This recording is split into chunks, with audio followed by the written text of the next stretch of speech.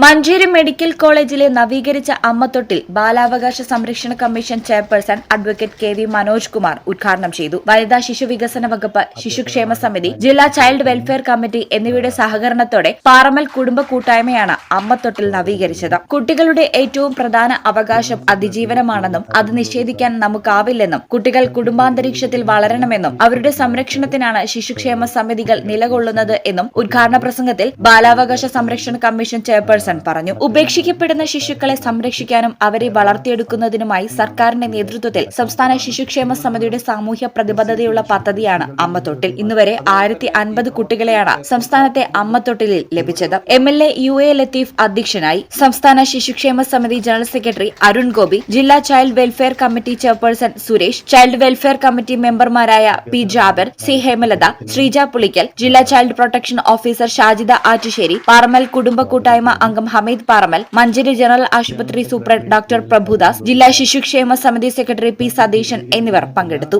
ഞാൻ ആദ്യമേ നമ്മുടെ പാറമൽ കുടുംബ കൂട്ടായ്മയ്ക്ക് നന്ദി പറയുകയാണ്. വലിയൊരു റീഹാബിലിറ്റേഷൻ കുട്ടികൾക്ക് വേണ്ടി നിങ്ങൾ ചെയ്തത് വലിയൊരു കാര്യമാണ്. തീർച്ചയായും വളരെയേറെ സന്തോഷമുണ്ട്, നിങ്ങളോട് കടപ്പാടുമുണ്ട്. സ്വാഭാവികമായിട്ടും കുട്ടികളുടെ അവകാശങ്ങളിൽ ഏറ്റവും പ്രാധാന്യമുള്ള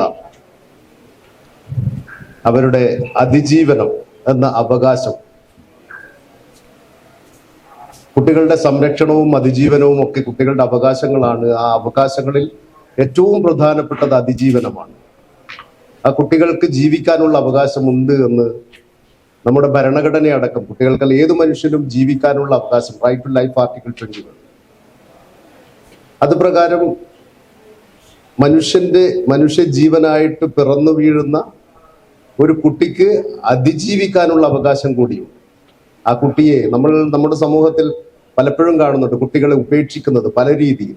നമ്മൾ എറണാകുളത്ത് കണ്ടു, ഫ്ളാറ്റിൽ നിന്ന് വലിച്ചെറിയുന്നു. നേരത്തെ അരുൺ ഗോപി പറഞ്ഞതുപോലെ പുഴുവരിക്കുന്ന നിലയിലൊക്കെ കണ്ടെത്തുകയൊക്കെ ചെയ്യുകയാണ്.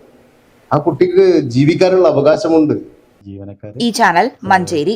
BSc ഒപ്റ്റോമെട്രി ഒരു പ്രൊഫഷണൽ കോഴ്സാണ്. ഇതൊരു പ്രാക്ടിക്കൽ ഓറിയന്റഡ് കോഴ്സും കൂടിയാണ്. ക്ലാസ്സിൽ പഠിക്കുന്നതിനേക്കാൾ ക്ലിനിക്കൽ എക്സ്പോഷർ കൂടുതൽ വേണ്ട ഒരു മേഖലയും കൂടിയാണ്. അൽസലാമ ഐ ഹോസ്പിറ്റലിൽ ആവശ്യത്തിലധികം ക്ലിനിക്കൽ എക്സ്പോഷർ നമുക്ക് ലഭിക്കുന്നുണ്ട്.